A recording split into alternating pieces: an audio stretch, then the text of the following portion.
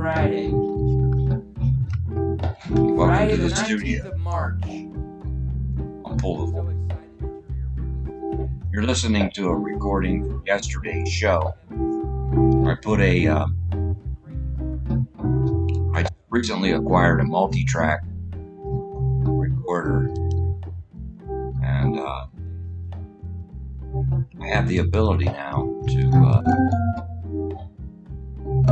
multi-track the live shows. In particularly, I'm multi-tracking the band because, as many of you know, I like to mess around with mixing as much as I like to play. I don't know how much music you can hear yet, but you'll actually be able to hear mastered audio as I'm working, messing around with the mixes. How you all doing tonight? Good?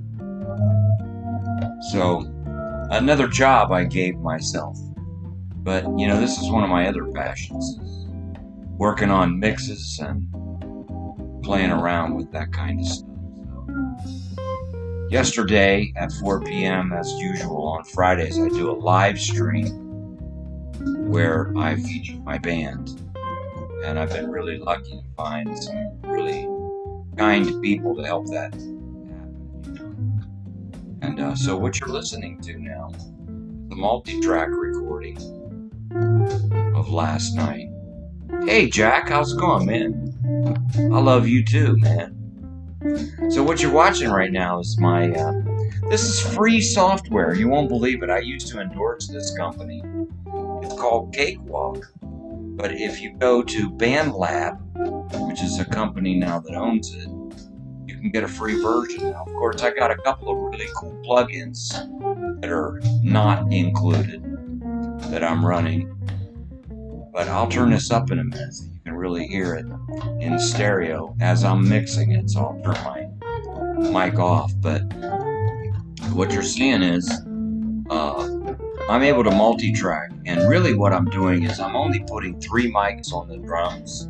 One on the kick, one on the left, and one on the right. So I'm solo that. Now you're just listening to the drum track, and there's going to be a little bit of guitar bleed because, you know, they're in the same room. But it's just 2 overheads and a kick. Of course, you're not hearing any kick yet because he's not kicking. He's using his fingers on the drums.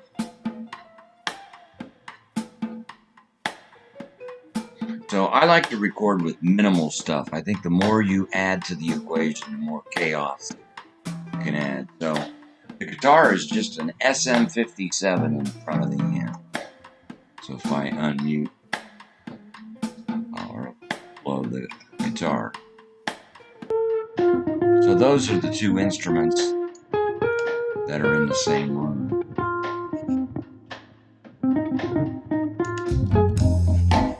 I'm better off just mute the organ. So now you're just listening to the kick drum. He's using it now. I can turn that audio up a little bit for you.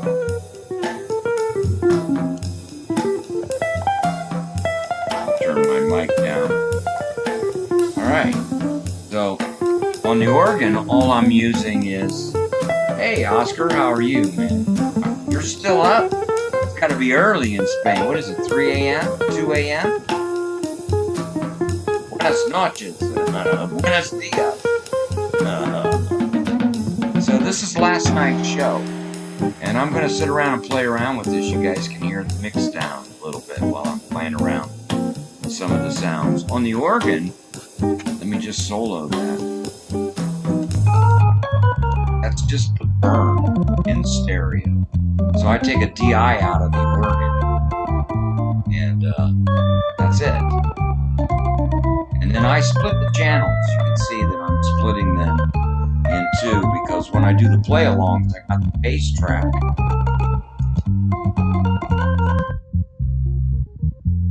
Bass EQ'd. And this software's got some really nice plugins, so I could really go in and dial it in. See it down here? Right now I got a little bit of crossover between the bass and the high end of the organ. Not much. See, there's your high end. So when you get those keys only mixes without the bass, I can dial it in so that you don't hear the bass or vice versa.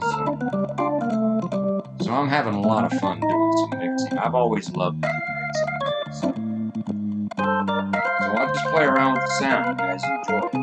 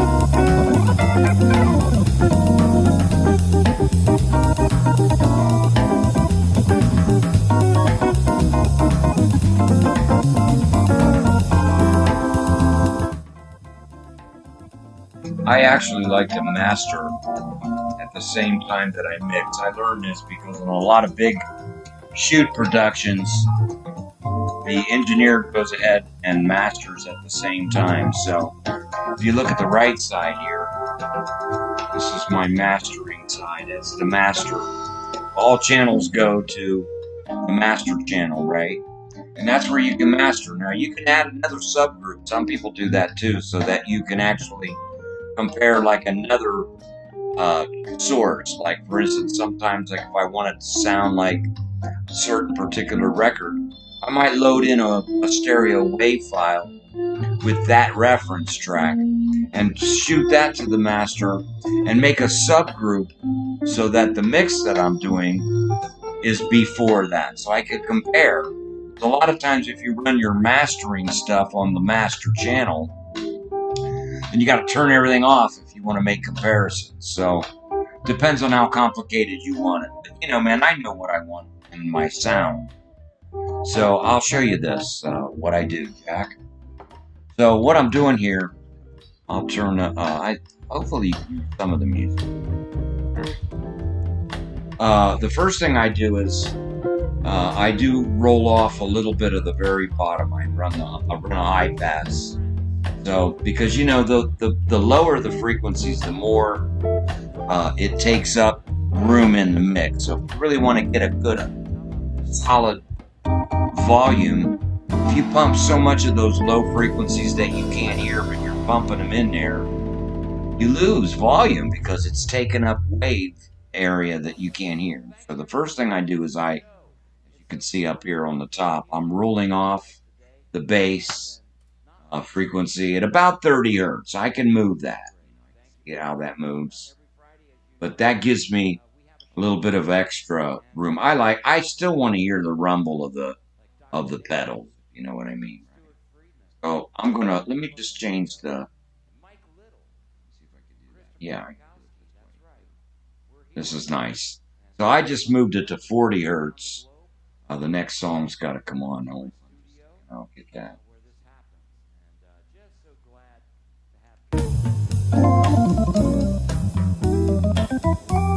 It's like the next song. Okay. So here we go. Open it again. Alright, now this software comes already loaded with some serious stuff, man. Like for instance, it allows you to run a tape plug-in. See this?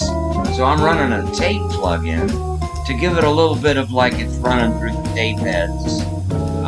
As if you were mastering it through 2-track at 30 hits, right? And of course, it only gives you a couple of settings, but you know, this is digital, so it's not a mechanical tape running overhead. You're able to get, you know, sound. Now watch what happens when I turn that plug in on.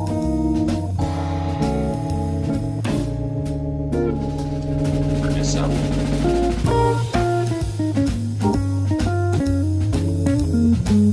I had the tape. That's pretty nice, man. It just gives it a little bit of warmth. Of course, I don't try to overdrive it. You see the meters. It really doesn't need to be overdriven, although you can really saturate tape.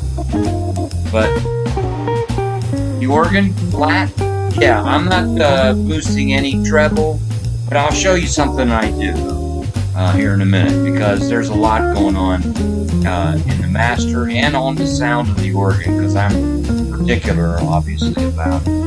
So after I run it through a tape plug-in, the next thing I'm running it through is a tube simulator. I'm going to turn that on. You won't hear it very much. This warms it up a little bit. I don't want to overdrive my effects. I just like to little by little add. The next thing I'm going to do is, this is kind of the most important step for mastering, in my opinion. It's called multibanding. So what a multiband allows you to do is to split the frequencies, as you can see, 0 to 80, then 80 to 296, because I consider that the most of the bass. This is your sub bass. Then you got your mid-range, right? I'm going from about 300 to 1200, right? Then you got your mid-highs. That's where a lot of the organ beef is, when you screech up on top. Then you got the high highs, where that takes the cymbals and stuff. So basically what I like to do is I break them down, and you can see right here that each frequency is kind of doing a little bit of compression. I don't like to over compress more than 3 dB, right? But like I said, everything's little by little by little. But basically I can control the EQ here. So if I want like a lot more bass, for example, I'm going to take this, and that's a lot of bass now. So if you're listening to it, you hear more bass than everything. Say I want to take the cymbal highness out. But the nice thing about multibanding is it takes each frequency range, like this frequency range, and kind of helps control it. So if it starts to get out of hand, it just starts to cut back that frequency range only. So you can really dial in a Paul. You can really dial in, you know, really heavy bass by compressing it more and keeping it up there. But I like it to breathe a little bit. I don't want to feel like it's just one volume. You know, this is jazz, so it's got to have a little bit of breath. All right, so that's multibanding. Last but not least, the expensive plug-in. Thanks to my relationship with Vinny Valentino, I get this stuff for free, called Ozone.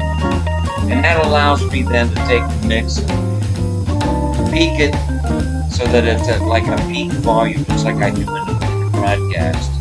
Get this a lot better. Just plug in front of it. You see, nothing's really going crazy because I've already done tape compression, tube compression, multi-band compression. You see, so rather than just driving one plug-in more, I like to stack them so that you still feel the width, right? So let me turn my sound off. You listen.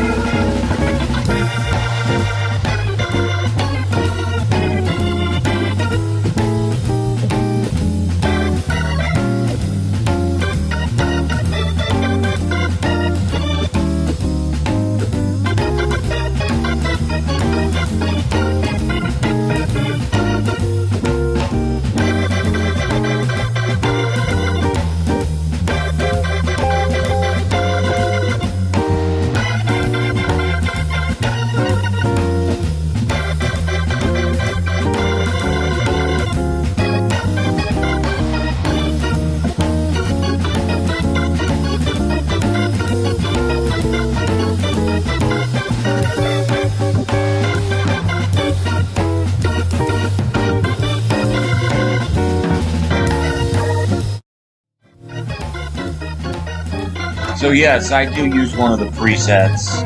I forget which one I'm using here. Let's see what it says. I'm using contemporary jazz. But then I tweak it a little bit. Obviously, got to tweak it. But I don't tweak too much because, you know, man, some really great engineers spend their time putting these plugins together. So,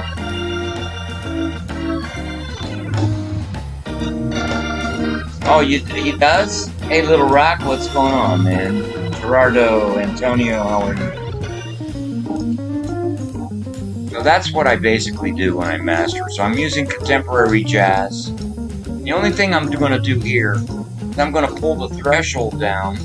See, if you take a look right here at my meters, I always like to widen this to the widest. So I'm seeing the last from 0 to -2. Right? So I'm really cranking this thing right now. But I don't want it to just stay stuck up here. That'd be like Barry White music, you know, which is very it, but they keep it right up in there. I want it to breathe some, you know. I could make it harder, but you can really start to feel that when you do that.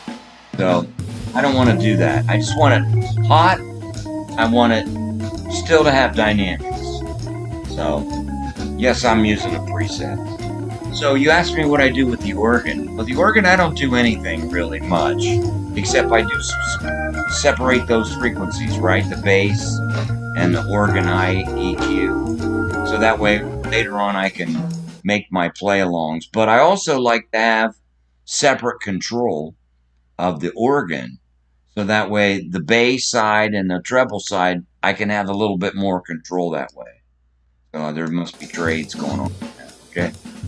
So I run a compressor. Here's the bass compression. Okay. Let me see if I thought you could open up 2 compressors at the same time. Whoa, what? I thought you could. Get that one. No, it's not going to let me do it. That's strange. Oh, there they are. They're being hidden. Okay. There they all are. Okay. So here's the compression on the organ. I don't use high ratios. I'm only using 3, but I definitely make a hard knee. So in other words, when it starts to get up there, rather than slowly being decreased, I like to hear the organ always up there, but when it starts to really peak, I like it to cut it off. So that way it always gives you a nice sound. And I always want to watch my compression that it's, you know, by setting it at 3, I don't have to worry if it's pulling it down, you know, 5 or 6 dB, because it's not going to sound smashed. But you start upping that ratio, it starts to sound a little bit like it's not breathing. Which version of Ozone is this? Man, I don't know. Let's see. I have no idea, Jack. The guy from Ozone gave this to me about a year ago, so it's about a year old, whatever. You know, this computer is only a quad core. I built this computer mixing. It never goes online. Everything I have, I just go online, load, get down. I never do updates. It's still running Windows 7. But see, everything works. That's all I'm at. That's what I want. I got to rely on this for quality mixes. So doing updates, you know, I'm a non-believer in updates unless you really need them. Same when you buy a new keyboard. If it sounds great, if the update does something you think it's going to make it sound better, then update. But if it's just some senseless stuff that doesn't affect you, man, sometimes updates will get you in trouble too. So I'm not a big fan of updating. This machine turns on and it always works because it's never connected to the internet. So I'm using that video capture card to actually broadcast the video, and then I'm taking from the audio card of this computer, the mixing computer, I'm sending a patch into the same thing I use for my broadcast, the Persona. We're in between tunes. So yeah, I'm compressing the organ, number 1. But then what am I doing with the organ? Well, what I I run a multi-band just on the organ. So look at this. There it is. So I'm gonna. Excuse me. So I like to run a multi-band on the organ. That way I can control all the frequencies. Now, of course, even though I've got it separated by low and high in the organ, this multi-band is taking a sub-channel. So I'm running the low, the bass of the organ, and the high end, and everything above the bass. I'm running both of those into their own sub category. That's where I'm going to use the multi.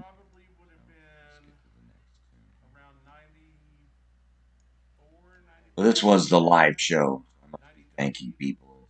So when I get ready to do this final mix down, I'll cut all that out. It'll just be music. When I have my new thing called Private Collection. If you go to my YouTube playlist, that's for you. This is OG. What's going on with the organ? See, I'm compressing quite a bit here on the bass channel.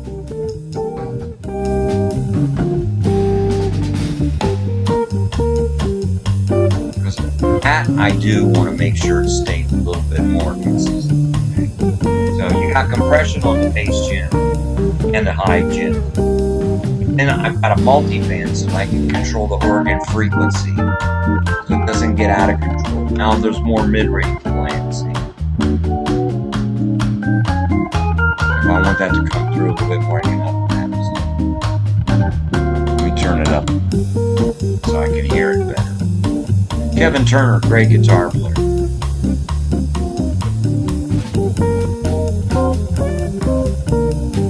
I'll turn my volume down to G.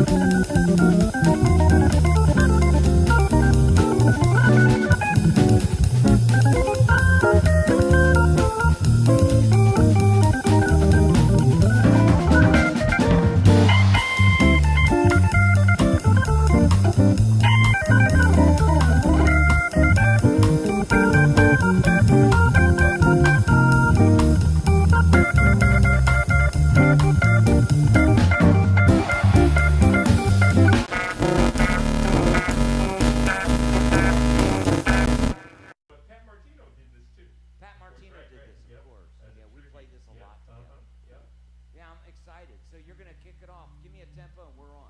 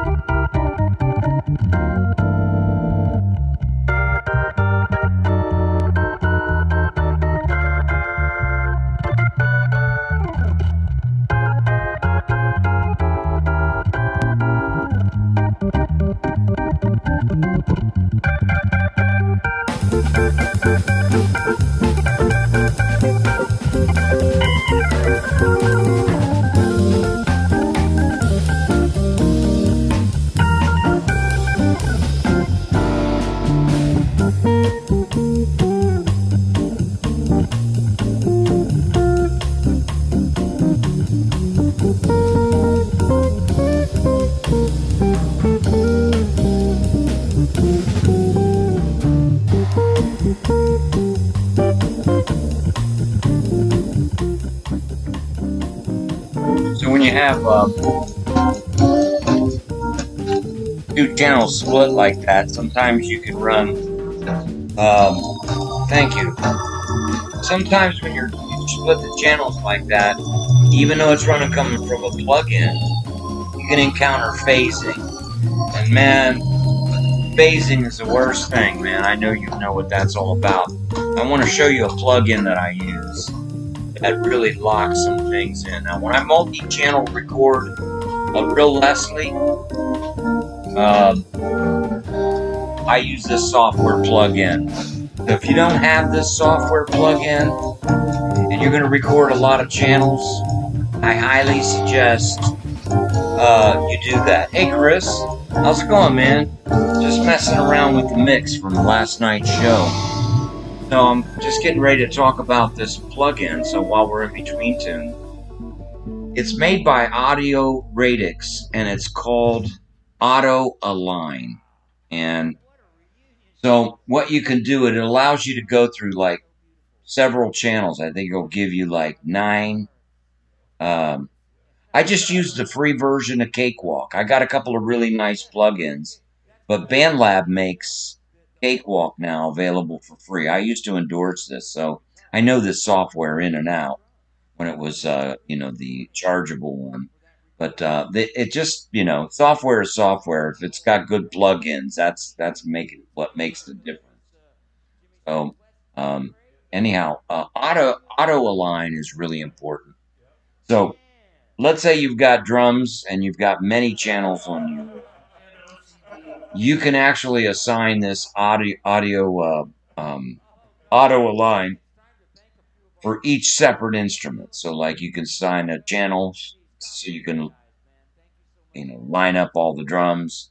Then you could choose a channel to line up the organ. Since I'm using a plug-in, what do you call that? A simulator, the Burn. I don't have so much to worry about because it's already phased in its own program. But when you've got one mic on the bottom and 2 mics on the top, or some more maybe, if you got a DI and a mic on the bottom and 2 on the top and 2 on the side, now you got a lot to try to figure out. And I don't know if any of you chased trying to get something in phase, but that could drive you to the nut out, as with me. Like I remember spending all night working on the organ thinking I got it right, Your ears start to get tired and you start to think you got it right. And you wake up in the morning and you go back and listen to it and it sounds like crap, So since I bought this software, I sleep at night. I'm serious about it. So when we start this track, I'll show you how it works. If you don't have phasing auto aligning software, you're going to record drums, and you're going to record organ with a lot of mics, you got to get the software. That's all you get. That's all I can say. And man, has it made a difference, man. Let me go to the next, and I'll show you how it works. It's really good. Okay, here we go. So we're going to look particularly here at the drum tracks, all right? But the guitar mic is also in that same room, all right? So I think it's important, if your guitar track is going to have a little bit of bleed on the drums. Of course, I got the high end off a little bit, but if I turn this plug-in off, hear it? Well, that's enough to phase out the drums, right? Because this is a live recording, right? But I usually EQ as much of the drums on the high end I can out, because it's not necessary, right? The guitar's a mid-range instrument. So here's how auto align works. Open the master. The master on this one is this one. Whoops, sorry. This one. So this is the mic that I'm using to line everything up to, okay? Notice it says send right here. So the first thing I do is I'm going to go to this drum track, the opposite overhead, right? It's already been set, but you just basically hit detect.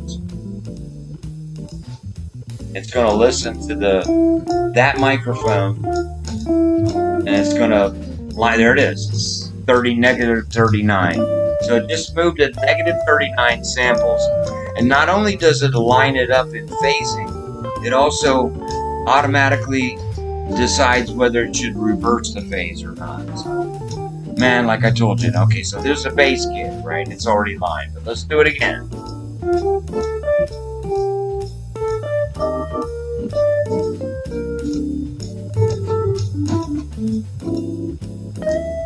It's at negative 240. Let's see where it goes this time.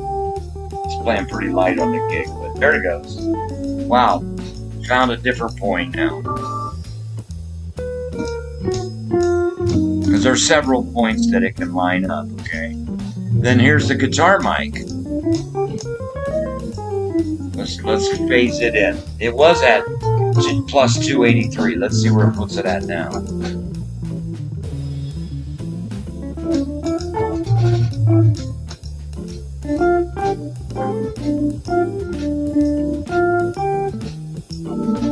There you go. It's pretty close. So now I'll turn this mic off a little bit. Listen how clean the drums and the guitar sound.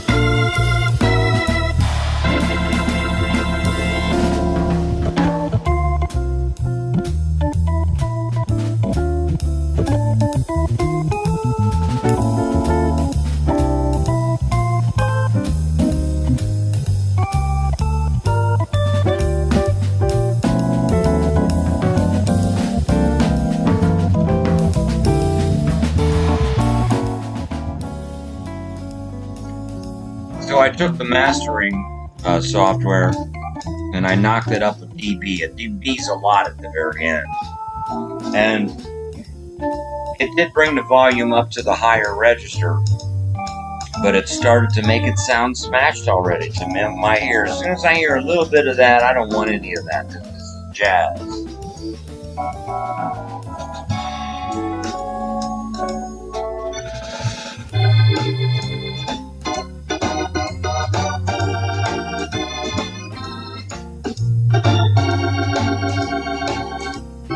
Oh, okay. The imager? That's quite possible. Auto Align's not the only one that does that. Auto Align wasn't cheap, you know, it's like $100 or something like that. But man, you know, it's like that fast, you know. Like in the past, like when I did some records like Fiery Blues stuff, I didn't have that, man. It's a nightmare, especially if you run 4 or 5 organ channels.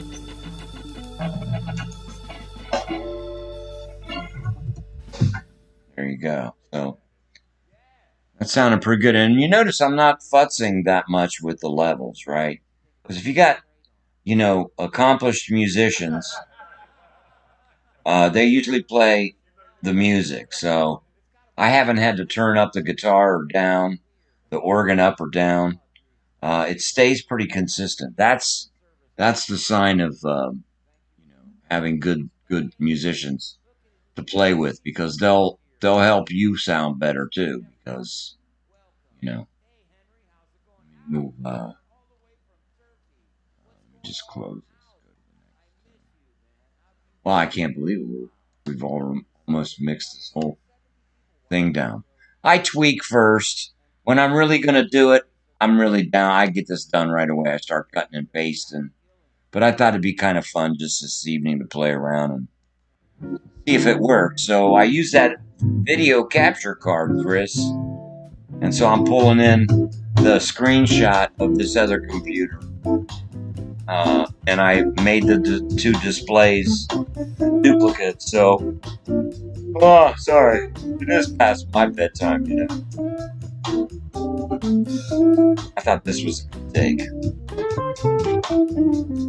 How does it sound out there once I turn this down? Can you hear the mix real good? Does it sound mastered to you?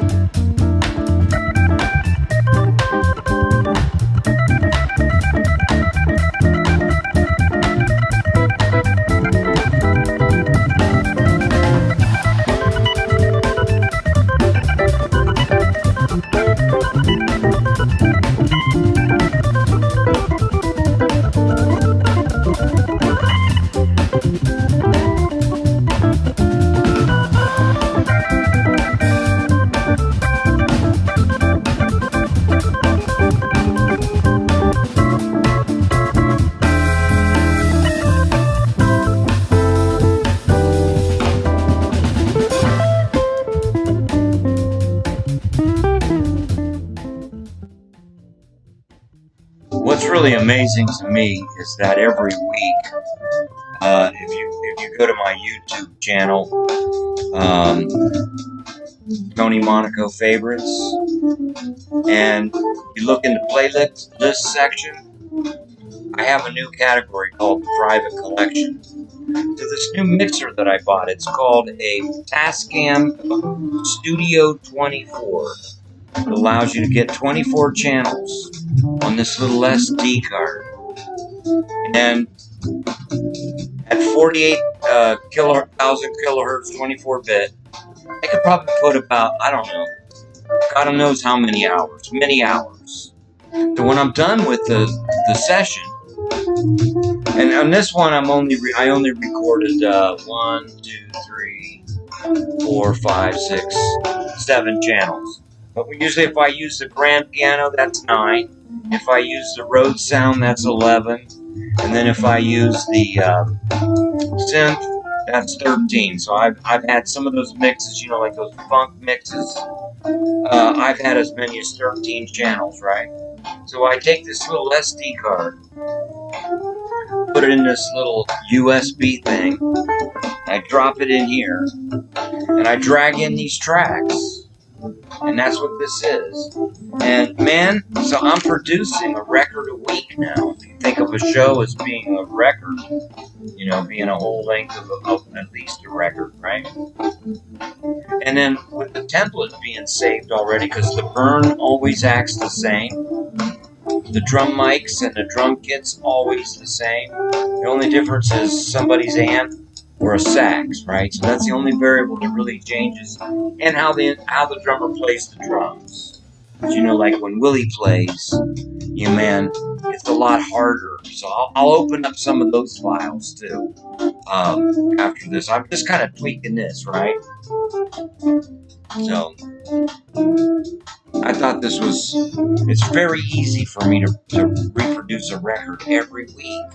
And then, of course, the mix downs, it's time consuming a little, But to get this mix, it only took me maybe a half an hour after I drug in the track because the template's already set.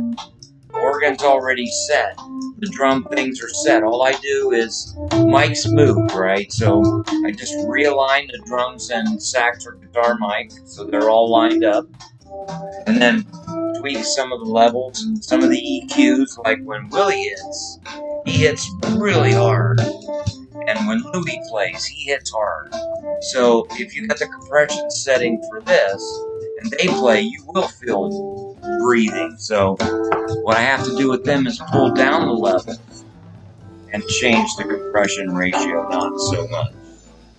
It doesn't smash things. So each set requires a different tweak,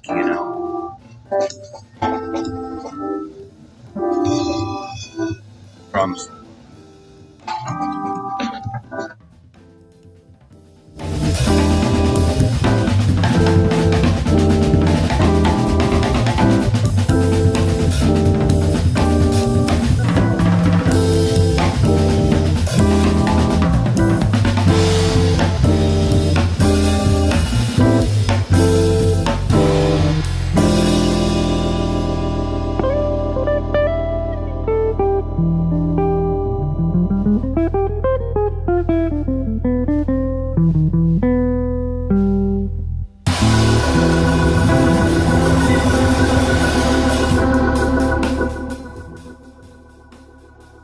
There you go.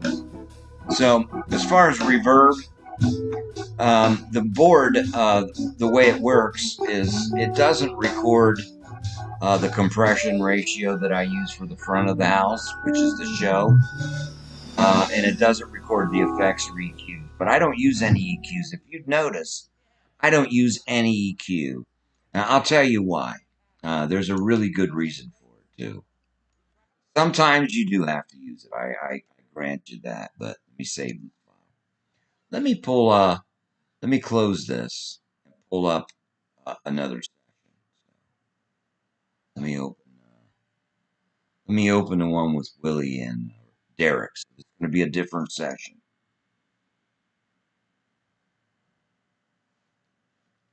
The reason why I don't believe in EQ, the reason why it's telling me this now, is I actually take the organ track here.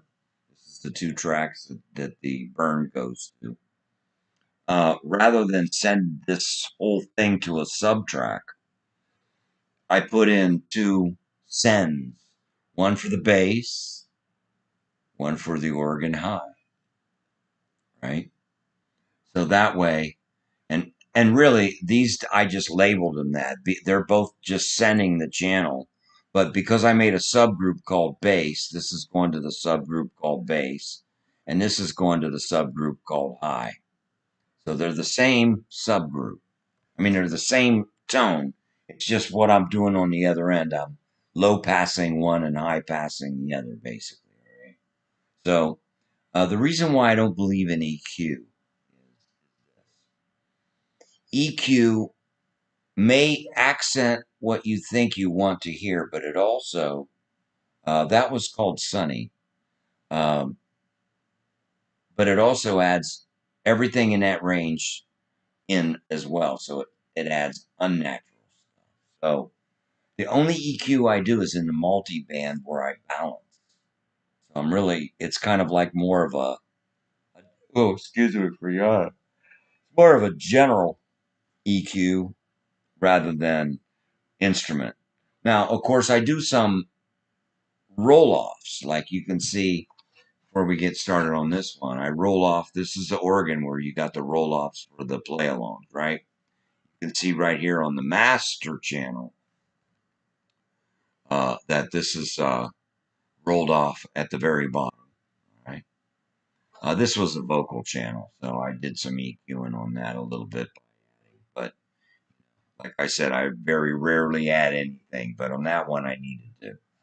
Now, I could add some bass to this, or I could turn this up, right? And if you got the right frequency, and you can actually dial that in the multi-band. So this was the funk set that we did.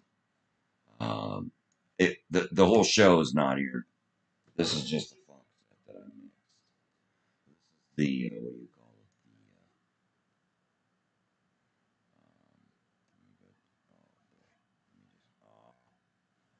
it? Ha ha ha.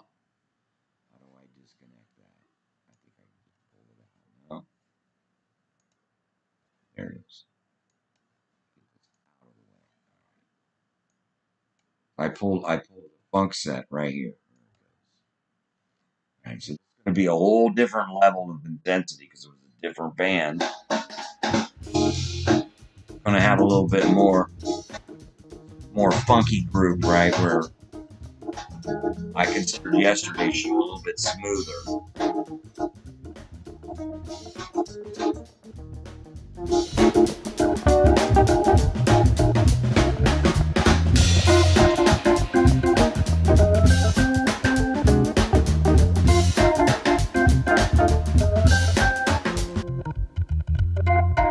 Now see how the organ sounds? I'm using no, so sometimes each channel can have a phase button, because if you're running certain plugins, sometimes they'll throw each channel out of phase. Watch what happens when I use a phase shift on just this channel. Brings up the mid-range. See, this is easy to do because it's just 2 channels. Imagine if it was 5 mics and you're trying to chase this. See? I can fix that real quick by, I found something after that, so let me do what I have to do here. So I'm going to take this high pass and I'm going to really fine tune that. Turn off the channel. Now I'm going to fix this bad boy. I don't need any. I don't like to use any plugins. I like to find the problem first, right? So the frequency is 304. So let's get this up to 304.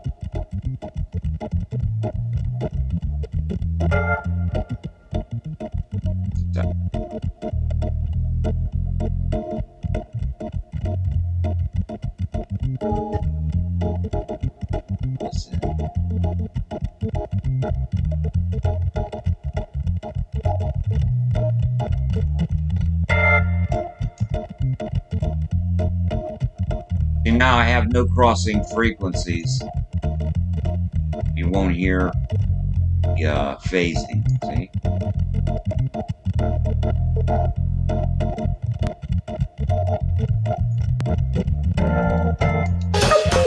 There we go.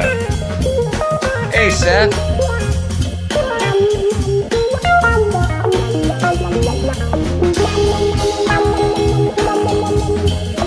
That's Derek and Willie.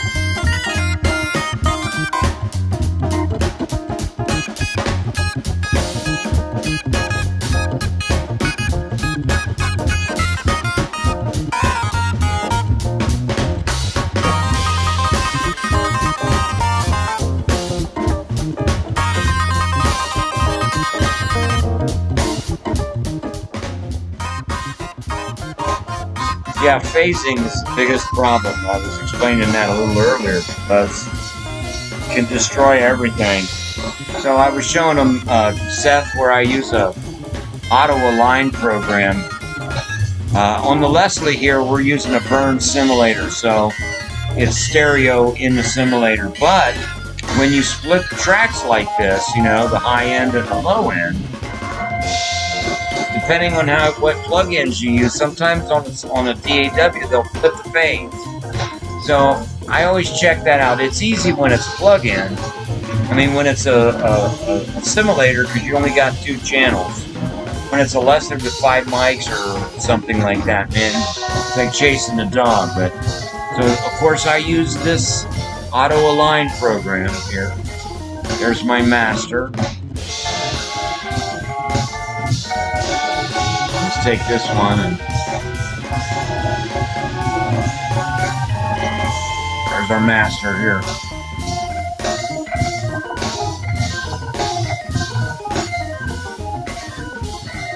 Well, that's the sound, so gotta get the receive. Here we go. Oh, turn the plug-in on. Okay. Detect.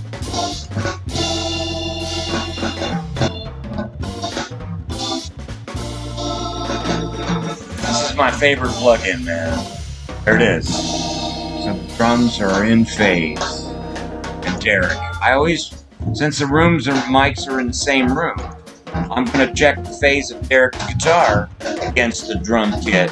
So make sure I'm not getting any funny sounds out of that. There it is. That's in phase. And finally the kick line.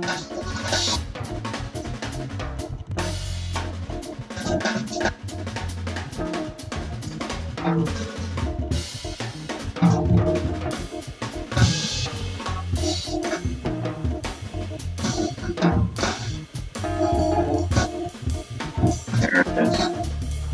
So now the drums and the guitar are all in phase. The organ's in phase. So that's why this mix sounds so clean. Turn me down, you listen to the mix.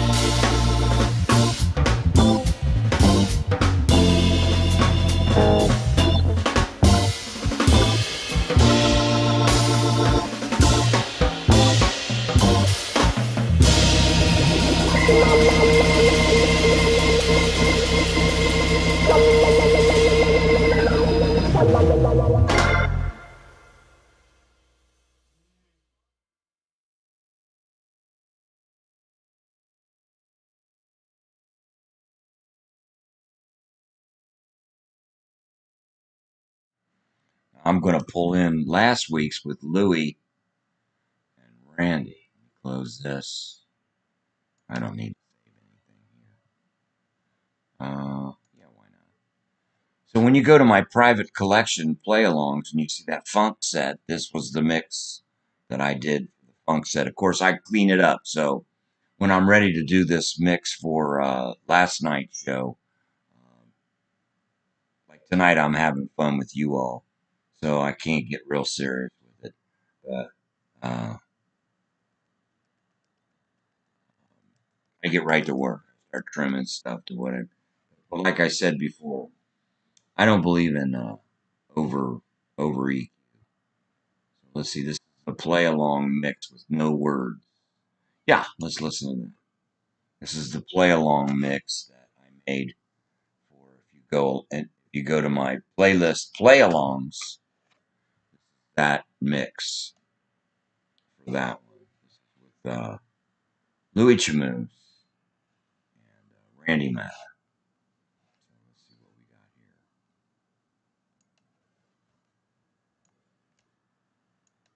Whoops.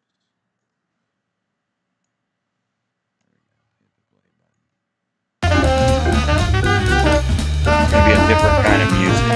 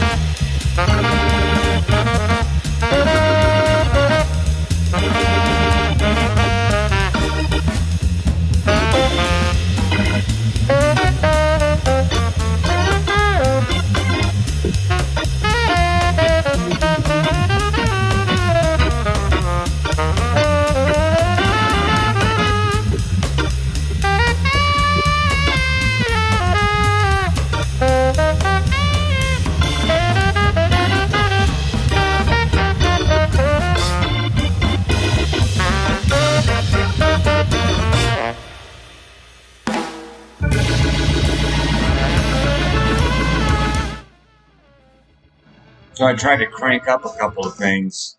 You could tell right away it started to breathe.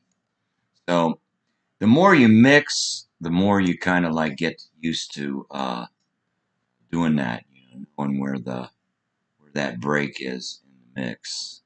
Let's go back to last night. That's what I'm kind of tweaking right now. And I really don't have to do much to that at all, other than clean up the, what do you call it?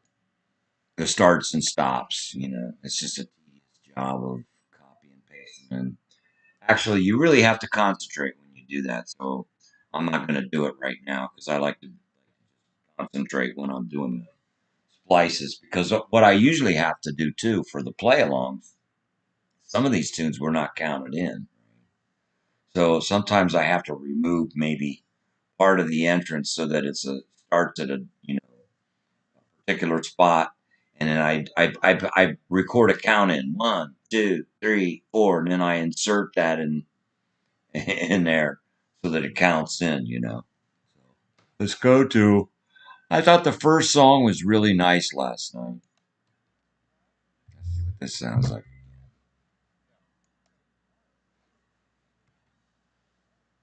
Thanks for joining me, by the way. Thought it'd be fun to share another passion of mine. I really like mixing, man. I learned how to do the video stuff when I was a broadcast producer, but I always hung out with the engineers doing the mixing. But in the film world, especially like when you're doing live shows and stuff, everything's mixed and mastered at the same time. One pass, they call it. This is a one pass. Everything's mixed and mastered simultaneous.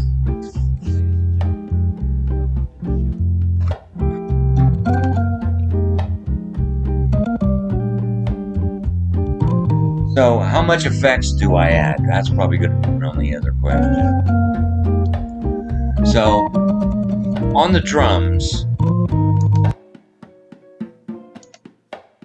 I use a little bit of reverb, not much. This is one by Sonitis. I have the whole lexicon thing too. Man, all of these plugins. When you run the Cakewalk plugins, they run at 64-bit. So does Lexicon. Some of these plugins will run at 64-bit. So they're all good, It's the settings. I like to use a decay time that's a little longer. A lot of people forget that if you got a short decay, it sounds like it's in a shower. So if you have a long decay, then it kind of lingers in there, And as long as you don't add a sickening amount. So we're at 21 dB. Let's really sicken it. So what I'm doing with the reverb is I don't like the low frequencies to go through, so I'm applying a high pass on the reverb, so nothing below 300 hertz now. And hear that. Shh.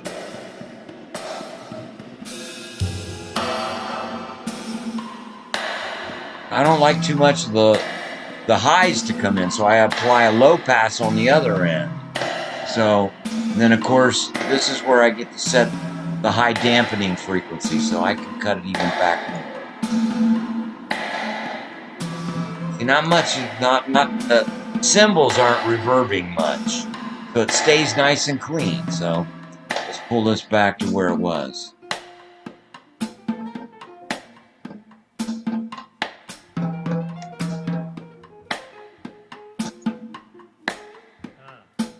I like that. On the reverb, on the organ, I just put reverb on the horn.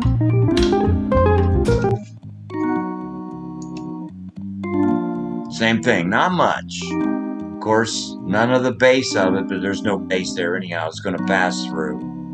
And I got it dampened a little higher. But I don't like when the reverb starts to go ching when you hit the high notes, So, too much reverb and too much frequency range of the reverb is very important as well. There you go. That's all we have as far as effects. 2 little bits of reverb, auto align, and some multi-banding, and of course master. And and it sounds good, right? I don't like when an engineer starts, got an effect for this problem and an effect for that problem and an effect for that problem. My opinion is it's just a disaster. Shouldn't be that many effects, I do put compression on every instrument because if you're going to get a nice mastered sound, it's best to start compressing it at the very beginning.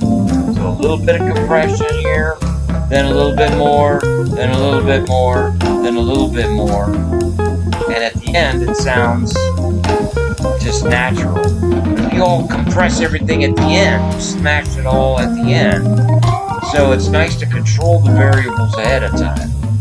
But not too much compression at the beginning either, just enough. So that I usually have a rule of thumb. My rule is everything should compress somewhere around 3 dB. That way you start to knock things down. 3 dB is the noticeable difference in decibels that you can hear. Alright, so if it knocks it down 3 dB, that's one level. So I do one level, one level, one level. Everything's running usually about 3 dB, 3 dB, 3 dB, all the way down. So to me, it gives me the natural non-smashed, the loud sound, but jazz sound. We're not recording rock and roll, right? But let's, for fun, since we're all together, let me turn my mic down. Let me do a little bit of more smashing at the very end. Let's see what we get. They say Ozone's real good for that. I've never messed with it, but let's try.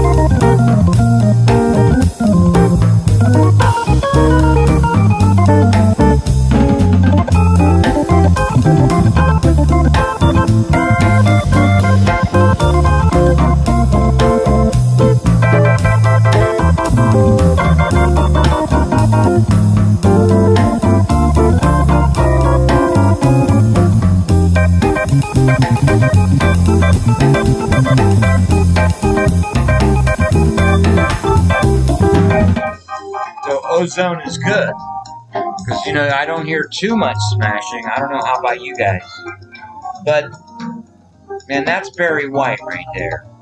It's not jazz. It has no dynamic frequency. It's just, that's what they refer to back in the old days as glass mastering. But what do you call it? Mastering wards anymore. It's not necessary. Looks like I'm peeking over here. Let me pull that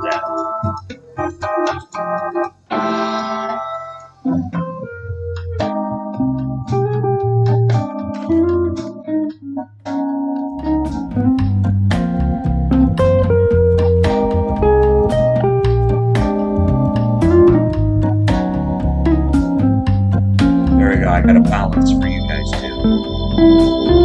That doesn't sound bad. It'll sound great on the radio because it's all controlled. But see, I kind of like it right in there, see, where I had it before. It's got a little dynamic range.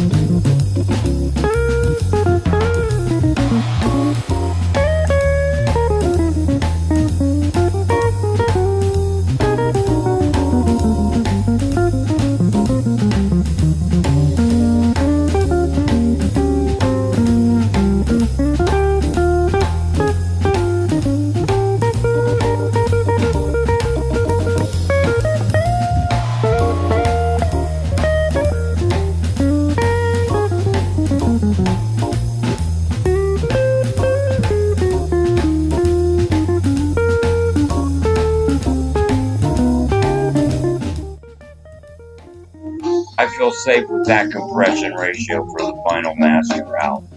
It's hot. That's real hot. It's super hot. Well, I just felt a little breathing there with the drums, so nah. This is jazz, not rock and roll. So I think that's going to be it. I'm going to have to keep it about a threshold of 6 dB, -6. That's when it starts to do its thing, you know. See, I'm cranking it up so that it raises the ceiling. But I'm keeping it from clipping -1 dB. So that's as nicely mastered as any record that you'll ever hear. You know, you don't need a whole bunch of plugins. You just need to know what you're doing with them and use each one for what they're good for doing. So I'm telling you, the multi-band mastering is the most important step. So that's what really dials it in, this one right here. Because this is what allows me to set the general EQ of the mix, but also you could see like the sub bass, it's cutting it down about 3 dB. It's cutting the mid bass down 3 dB. I could maybe drop this a little. There's your mids. Look at that. Here's your mid highs. And the cymbals, of course, if you want them to sound a little bit smoother up there. And then this is the general EQ. So if I want more sub bass, that's really cranking, man. And be making the back of your car rattle. But remember, now I'm really cranking on the multi-band, so I'm going to be cranking on the last part. So, plus you won't believe how much that is. That's a lot of bass right there.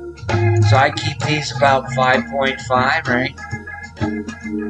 I keep the mids 300 to 1200 down just a little bit. See what happens when I bring it up a little.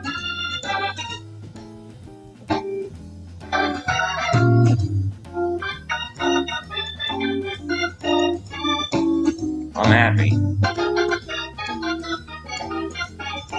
Not too bright, not too bassy. Big.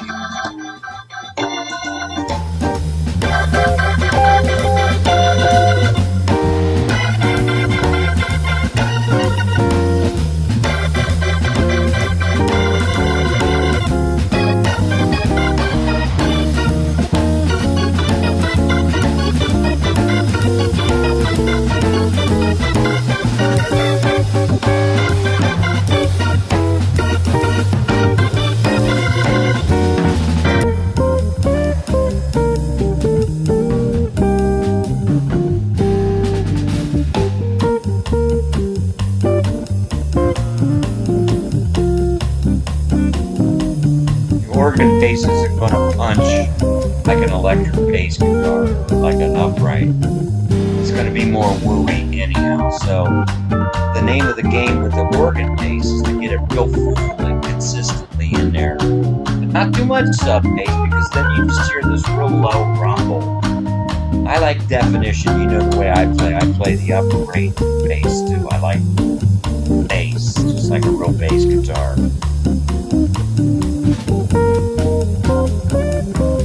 Sounds pretty good.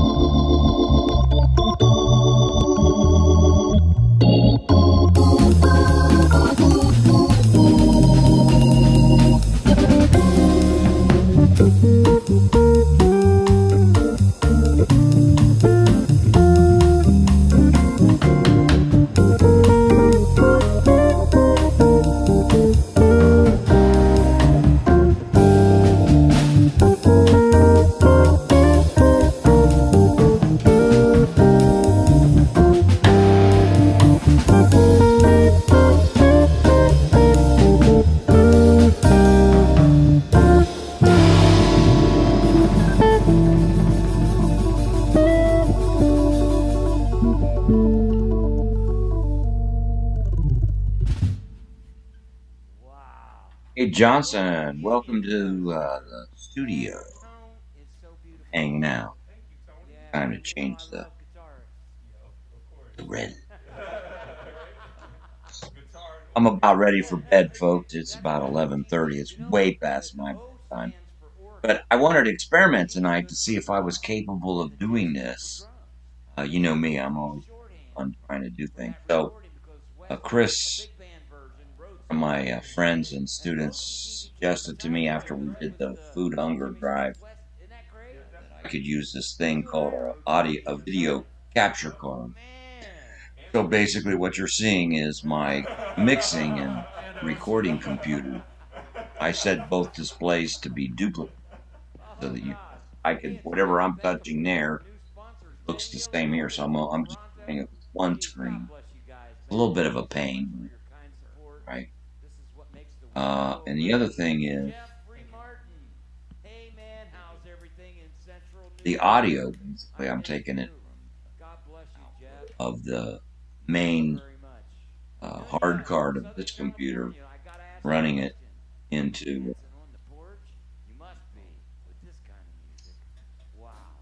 Presonus Audio Box 2.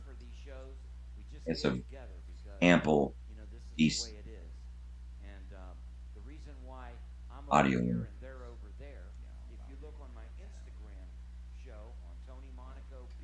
Anyhow, I feel pretty good about this mix. So tomorrow, what I'm going to do, now that I've got all the parameters dialed in the way I like it. Hey, Hammer Time. What's up, man?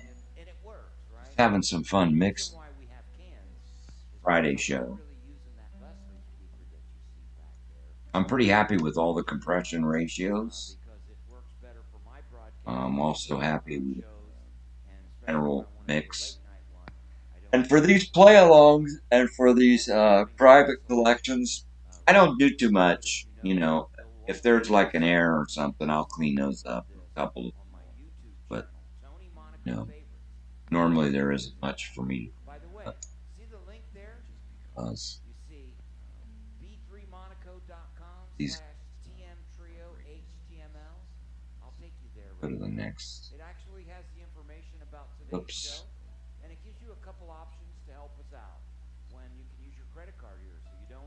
Trying to get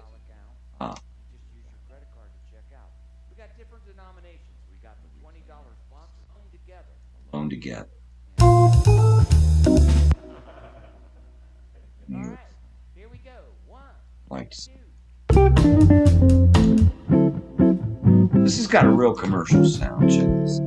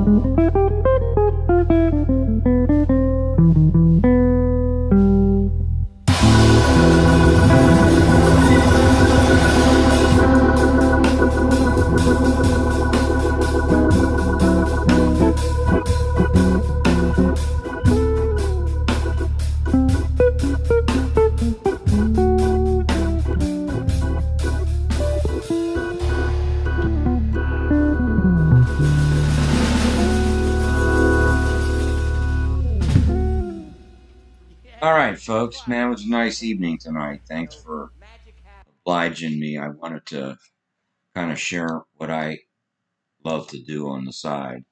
This is my sideline, right? I like to mix and master and go to bed now. So I love you guys, man. Thanks for hanging out with me tonight, and appreciate everything. I have Monday's show. I feature this young student named Maxwell. He's just a junior in high school, and he's got a lot going for him. He lives in Bend, Oregon. Really nice young man. So, thanks for listening, and hope you all have a good evening. Okay, we'll see you later. All right. Thank you.